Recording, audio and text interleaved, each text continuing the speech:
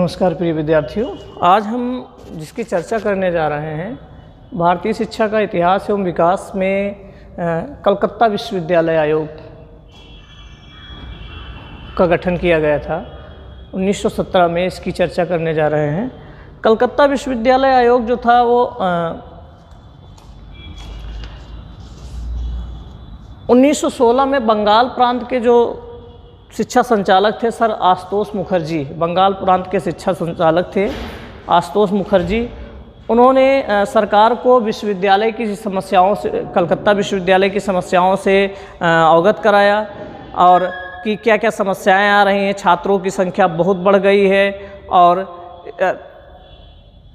PG खोलने का काम किया जा रहा है, परास्नातक की कक्षाएं चलाने की बात की जा रही, विचार चल रहा है। संबद्ध जो कलकत्ता विश्वविद्यालय से संबद्ध महाविद्यालय हैं, विश्वविद्यालय की पकड़ उन पर ढीली हो गई है और जो एक क्वालिटी एजुकेशन कलकत्ता विश्वविद्यालय दे रहा था वो क्वालिटी एजुकेशन धीरे धीरे गिर रहा है। उसका शिक्षा का स्तर कलकत्ता विश्वविद्यालय का गिर रहा है।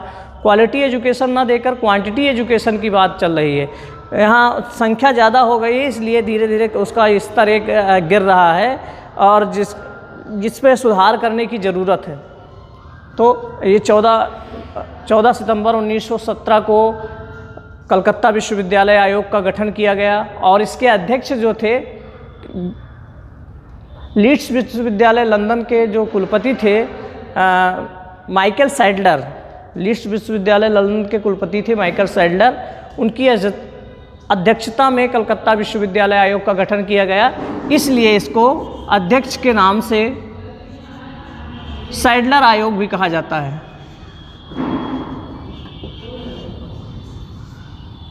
सैडलर आयोग भी कहा जाता है कलकत्ता विश्वविद्यालय आयोग। कलकत्ता विश्वविद्यालय आयोग का हमने चर्चा की ना कि गठन किस लिए किया गया था। कलकत्ता विश्वविद्यालय के बारे में जो शिक्षा संचालक थे बंगाल प्रांत के सर आशुतोष मुखर्जी, उन्होंने सरकार को विश्वविद्यालय की समस्याओं से अवगत कराया और बताया कि पीजी चलाने पर विचार चल रहा है और छात्रों की संख्या अधिक हो गई है।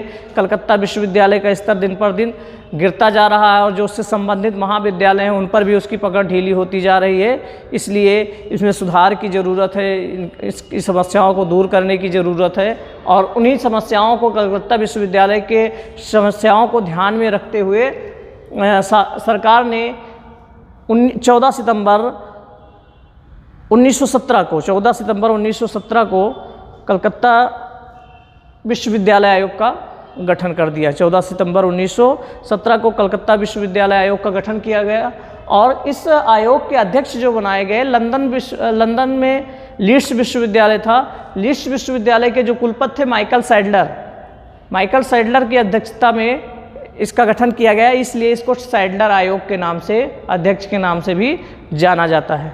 ठीक, तो इसका कार्यक्षेत्र क्या था? कार्यक्षेत्र की बात की जाए कि कार्यक्षेत्र क्या था, कलकत्ता विश्वविद्यालय आयोग जो था उसको कार्य किन किन क्षेत्रों में करना था।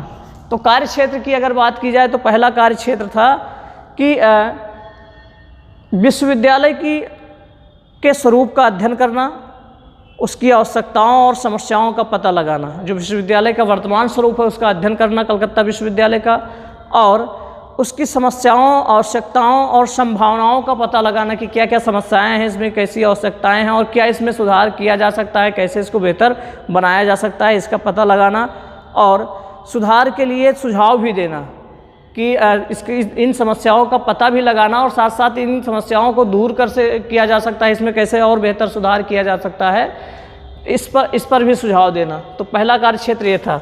दूसरा कार्यक्षेत्र था कि अन्य विश्वविद्यालय का अध्ययन करना। कलकत्ता विश्वविद्यालय के साथ साथ अन्य विश्वविद्यालय भी जो भारत के थे उनका अध्ययन करना और उसके आधार पर समस्त भारतीय विश्वविद्यालय में सुधार का सुझाव देना। कलकत्ता विश्वविद्यालय का तो अध्ययन करना ही है, उसके साथ साथ अन्य भारतीय विश्वविद्यालयों का भी अध्ययन करना और उसके अध्ययन के परिणाम स्वरूप क्या सुधार किया जाना चाहिए, अपेक्षित सुधार क्या है, कैसे और बेहतर बनाया जा सके उच्च शिक्षा को, विश्वविद्यालय शिक्षा को, इसके बारे में सुझाव देना। तो ये 2 कार्य क्षेत्र थे, प्रमुख रूप से 2 कार्य क्षेत्र थे। पहला क्या था कि कलकत्ता विश्वविद्यालय की समस्त समस्याओं का अध्ययन करना, कलकत्ता विश्वविद्यालय के स्वरूप का अध्ययन करना, उसकी आवश्यकताओं का अध्ययन करना और उसकी संभावनाओं का पता लगाना। इसके साथ साथ उसमें सुधार के लिए क्या आवश्यक है इसका सुझाव देना। और दूसरा बिंदु था कि कलकत्ता विश्वविद्यालय के साथ साथ अन्य भारतीय विश्वविद्यालयों का अध्ययन करना और उसके आधार पर समस्त भारतीय विश्वविद्यालयों के बारे में सुधार के सुझाव देना। ये कार्यक्षेत्र कलकत्ता विश्वविद्यालय आयोग का सुनिश्चित किया गया। आयोग कार्यक्षेत्र के बाद आयोग ने इस पर कार्य करना शुरू कर दिया। आयोग फिर अगले स्टेप पर हम बात करते हैं। कार्यक्षेत्र के बाद अगर बात करते हैं आयोग का प्रतिवेदन, आयोग का प्रतिवेदन, आयोग का प्रतिवेदन की बात की जाए तो 17 माह के निरंतर मेहनत के बाद जो आयोग का गठन किया गया, इसने 17 माह तक लगातार मेहनत किया और इसके बाद मई 1919 को अपना प्रतिवेदन, जो अपनी रिपोर्ट थी, मई 1919 को मई 1919 को अपना प्रतिवेदन सरकार को भेज दिया, जो अपनी रिपोर्ट तैयार की। और यह 17 भागों में,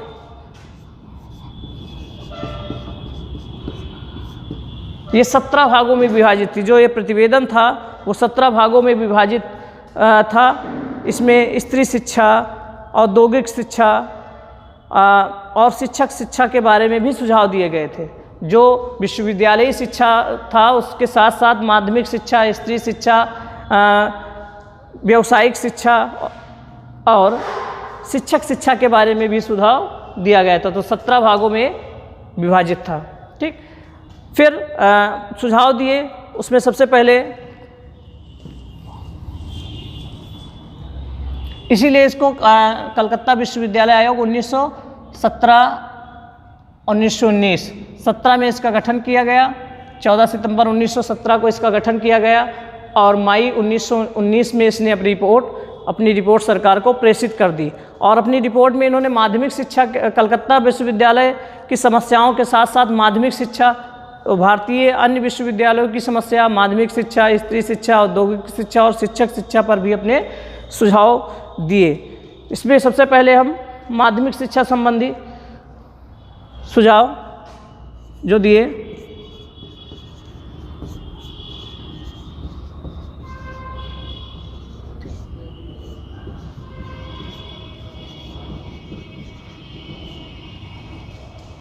माध्यमिक शिक्षा संबंधित सुझाव की बात की जाए तो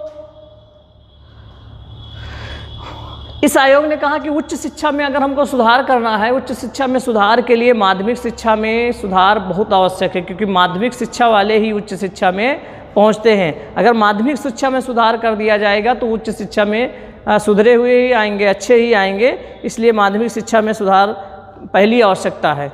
और माध्यमिक शिक्षा में सुधार संबंधी आयोग ने जो सुझाव दिए वो इस प्रकार से है। पहला कि माध्यमिक शिक्षा बोर्ड की स्थापना की जाए, माध्यमिक शिक्षा बोर्ड की स्थापना की जाए। इसमें सरकार, हाई स्कूल, इंटर कॉलेज और विश्वविद्यालय के प्रतिनिधि हों। एक बोर्ड बनाया जाए, माध्यमिक शिक्षा बोर्ड का गठन किया जाए, जिसमें सरकार के प्रतिनिधि हों, हाई स्कूल स्तर के प्रतिनिधि हों, हाई स्कूल विद्यालयों के, इंटर कॉलेज विद्यालयों के प्रतिनिधि हों और विश्वविद्यालयी शिक्षा के प्रतिनिधि हों। एक बोर्ड का गठन किया जाए। ये पहला सुझाव था, अलग से माध्यमिक शिक्षा बोर्ड के गठन का सुझाव दिया। दूसरा सुझाव था कि इंटरमीडिएट कक्षाओं को विश्वविद्यालय से अलग कर दिया जाए। इससे पहले जो इंटरमीडिएट की कक्षाएं थी, 12 की कक्षाएं थी, वो विश्वविद्यालयी शिक्षा से ही जुड़ी हुई थी, उच्च शिक्षा से ही जुड़ी थी। तो इस आयोग ने कहा कि इंटरमीडिएट तक के जो विद्यालय हैं वो उच्च शिक्षा से यानी विश्वविद्यालयी शिक्षा से अलग कर दिए जाएं, जिससे जो भार है उच्च शिक्षा का वो कम पड़ जाएगा। तीसरा सुझाव इन्होंने दिया कि इंटरमीडिएट कॉलेज जो हैं अलग खोले जाएं और उनको हाई स्कूल से जोड़ दिया जाए। इंटरमीडिएट कॉलेज अलग से खोले जाएं और उनको हाई स्कूल से जोड़ दिया जाए, ये तीसरा सुझाव था। चौथा सुझाव था कि इंटर कक्षाओं में कला, वाणिज्य, विज्ञान और व्यावसायिक शिक्षा की व्यवस्था की जाए। जो इंटरमीडिएट की कक्षाएं हैं इसमें कला, विज्ञान, वाणिज्य और व्यावसायिक शिक्षा की व्यवस्था की जाए। और पांचवा जो सुझाव उन्होंने दिया था माध्यमिक शिक्षा से संबंधित कि अंग्रेजी व गणित को छोड़कर अन्य सभी विषय मातृभाषा में पढ़ाए जाएं।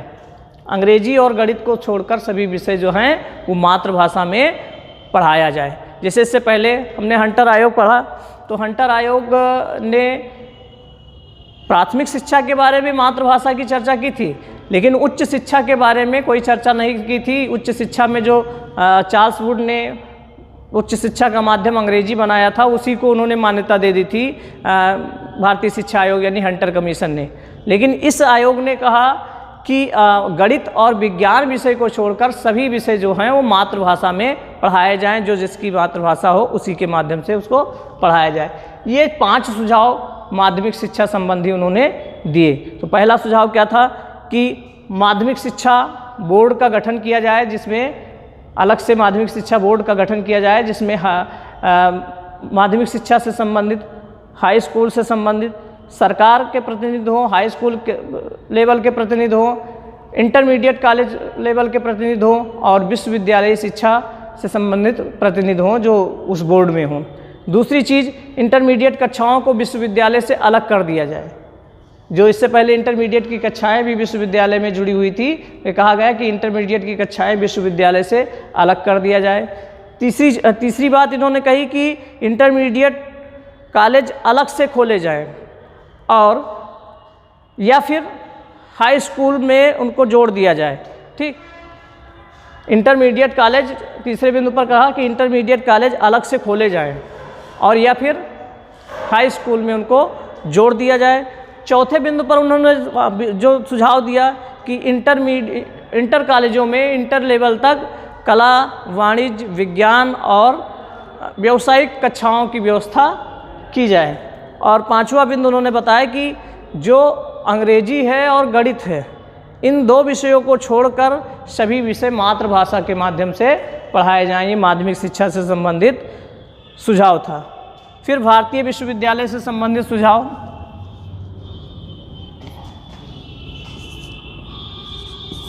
भारतीय विश्वविद्यालय से संबंधित सुझाव।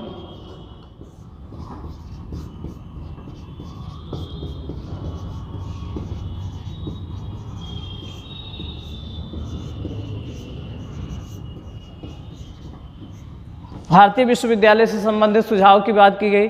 ये भी कार्यक्षेत्र में भी कहा गया था कि भारतीय विश्वविद्यालयों की क्या स्थिति है और इसमें क्या संभावनाएं हैं, कैसे इसको बेहतर बना जाए। तो भारतीय विश्वविद्यालय से संबंधित जो उन्होंने सुझाव दिए उसमें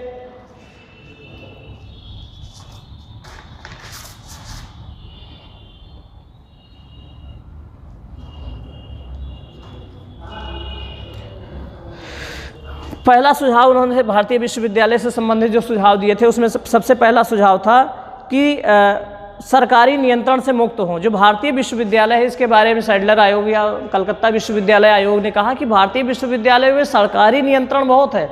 तो पहला सुझाव हमारा ये है कि इनको सरकारी नियंत्रण से मुक्त कर दिया जाए, इनको सरकारी नियंत्रण से अलग कर दिया जाए, ये स्वशासी हों, अपने हिसाब से अपनी कार्यप्रणाली को संचालित कर सके। ये पहला सुझाव था। और दूसरा सुझाव उन्होंने दिया कि जो विश्वविद्यालयी क्षेत्र हैं, जो विश्वविद्यालयी शिक्षा है, जो विश्वविद्यालय हैं, ये माध्यमिक शिक्षा के उत्तरदायित्व से मुक्त हों। जो विश्वविद्यालय हैं, माध्यमिक शिक्षा यानी कि 12 की शिक्षा विश्वविद्यालय लेवल पर उच्च शिक्षा में ही दी जाती थी। तो इन्होंने ये कहा कि माध्यमिक शिक्षा जो हैं वो विश्वविद्यालय से अलग कर दिया जाए, यानी कि विश्वविद्यालय माध्यमिक शिक्षा के उत्तरदायित्व से मुक्त कर दिए जाएं, जिससे उनका भार हल्का हो जाएगा। और तीसरा सुझाव इन्होंने दिया कि प्रशासन संबंधी नियम सरल और स्पष्ट किए जाएं। तीसरा सुझाव इन्होंने ये दिया कि विश्वविद्यालय में जो प्रशासन संबंधी नियम हैं वो सरल बनाए जाएं और स्पष्ट किए जाएं, इसमें किसी भी प्रकार की शंका न रहे। और चौथा सुझाव इन्होंने दिया कि सीनेट के स्थान पर सीनेट के स्थान पर कोर्ट और सिंडिकेट के स्थान पर कार्यकारिणी परिषद का गठन किया जाए।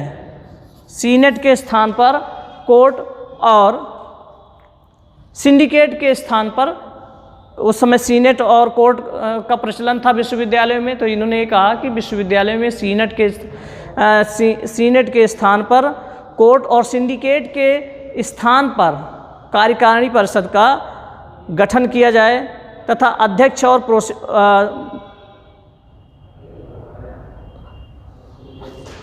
ये चौथा सुझाव था कि सीनेट के स्थान पर कोर्ट और सिंडिकेट के स्थान पर कार्यकारिणी परिषद का गठन किया जाए। पांचवा सुझाव था कि कुलपतियों का जो पद हो, कुलपतियों का पद जो हो वो वैतनिक हो, उनको एक वेतन दिया जाए, मासिक वेतन दिया जाए।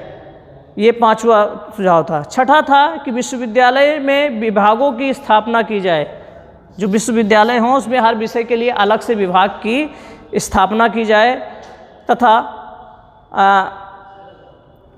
अध्ययन और प्रोफेसर की नियुक्ति की जाए, और अध्यक्ष, जो विश्वविद्यालय में अलग से विभागों की स्थापना की जाए तथा विभागों के अध्यक्ष और प्रोफेसर्स की नियुक्ति की जाए। इसके साथ साथ नियुक्ति, सातवां जो उन्होंने सुझाव दिया कि नियुक्ति करते समय जो अध्यक्ष या प्रोफेसर की नियुक्ति की जा रही है, नियुक्ति करते समय चयन समितियां बनाई जाएं और उन चयन समितियों का गठन किया जाए जो नियुक्ति करे। ठीक, नियुक्ति के लिए चयन समितियां बनाई जाएं, उन चयन समितियों के द्वारा नियुक्ति अध्यक्ष और प्रोफेसर की जाएगी।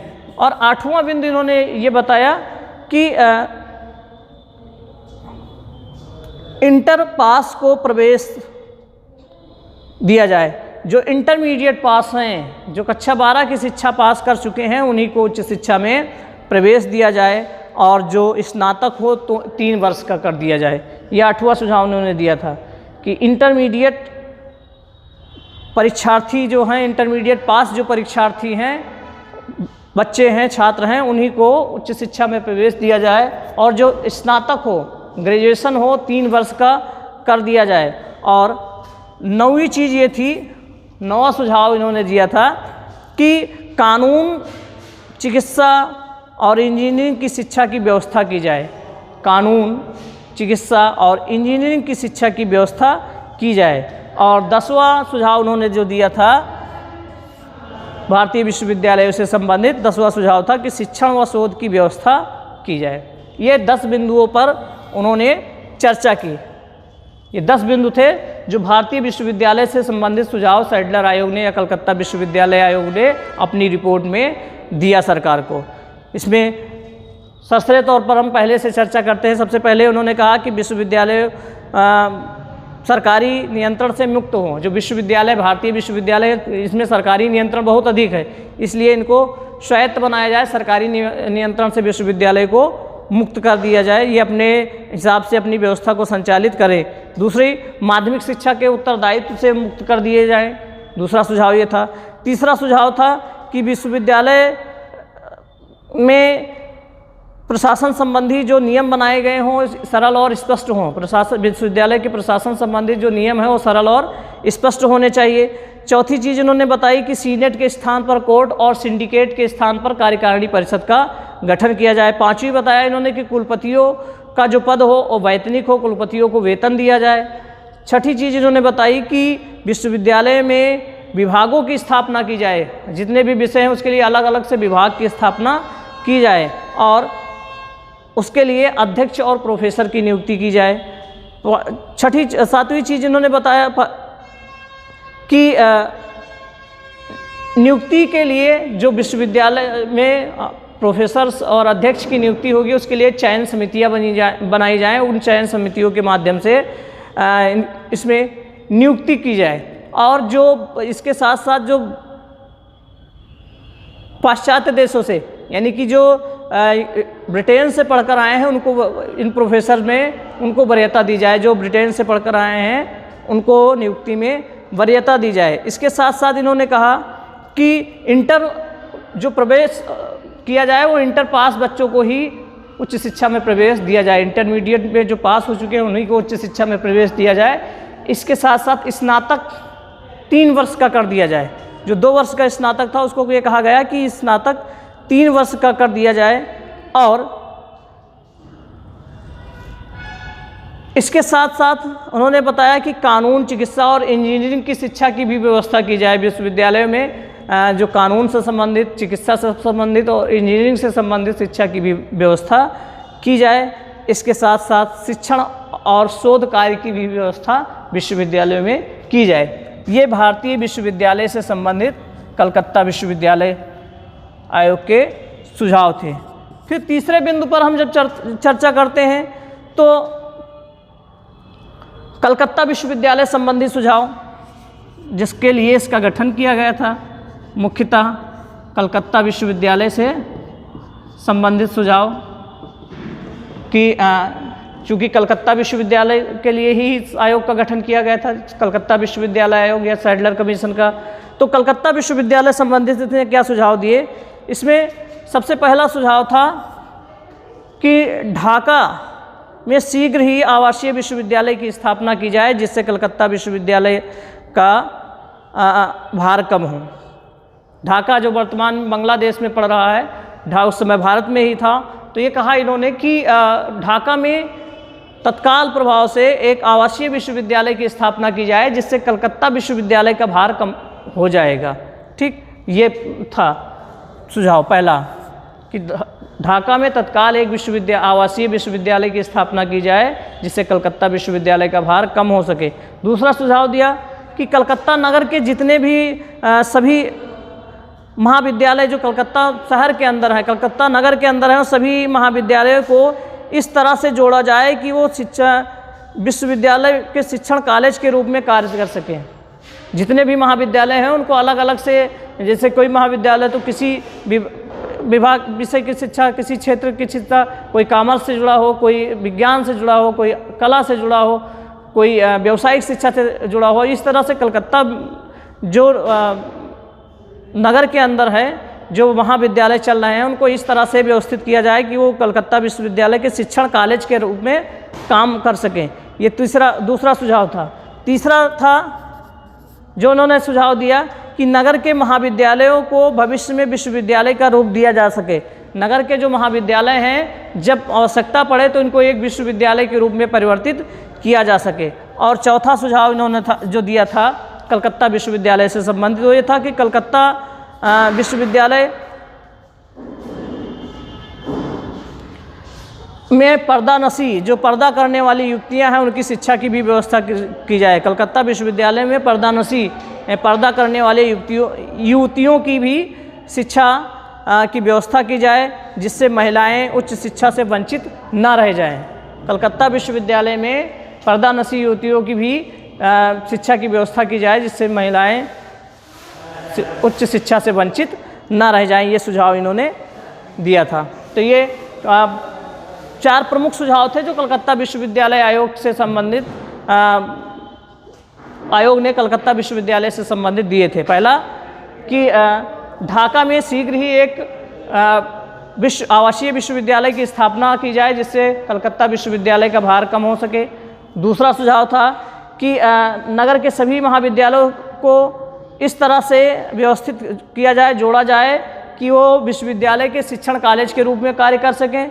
तीसरा इन्होंने कहा था कि नगर के महाविद्यालयों को भविष्य में आवश्यकता पड़ने पर विश्वविद्यालय का रूप दिया जा सके। और चौथी चीज़ थी कि कलकत्ता विश्वविद्यालय में पर्दानशी युवतियों के लिए शिक्षा की व्यवस्था की जाए, जिससे महिलाएं उच्च शिक्षा से वंचित न रह जाएं। ये कलकत्ता विश्वविद्यालय से संबंधित आयोग के सुझाव थे। इसके साथ साथ आयोग ने स्त्री शिक्षा, जन शिक्षा, व्यावसायिक शिक्षा की भी चर्चा की थी। तो ये कलकत्ता विश्वविद्यालय आयोग का संक्षिप्त सा परिचय था। इसके बाद हम दूसरे आयोग और समितियों की चर्चा करेंगे। अगर ये वीडियो आपको पसंद आया हो तो हमारे चैनल को लाइक करिए, शेयर करिए और सब्सक्राइब करिए। धन्यवाद।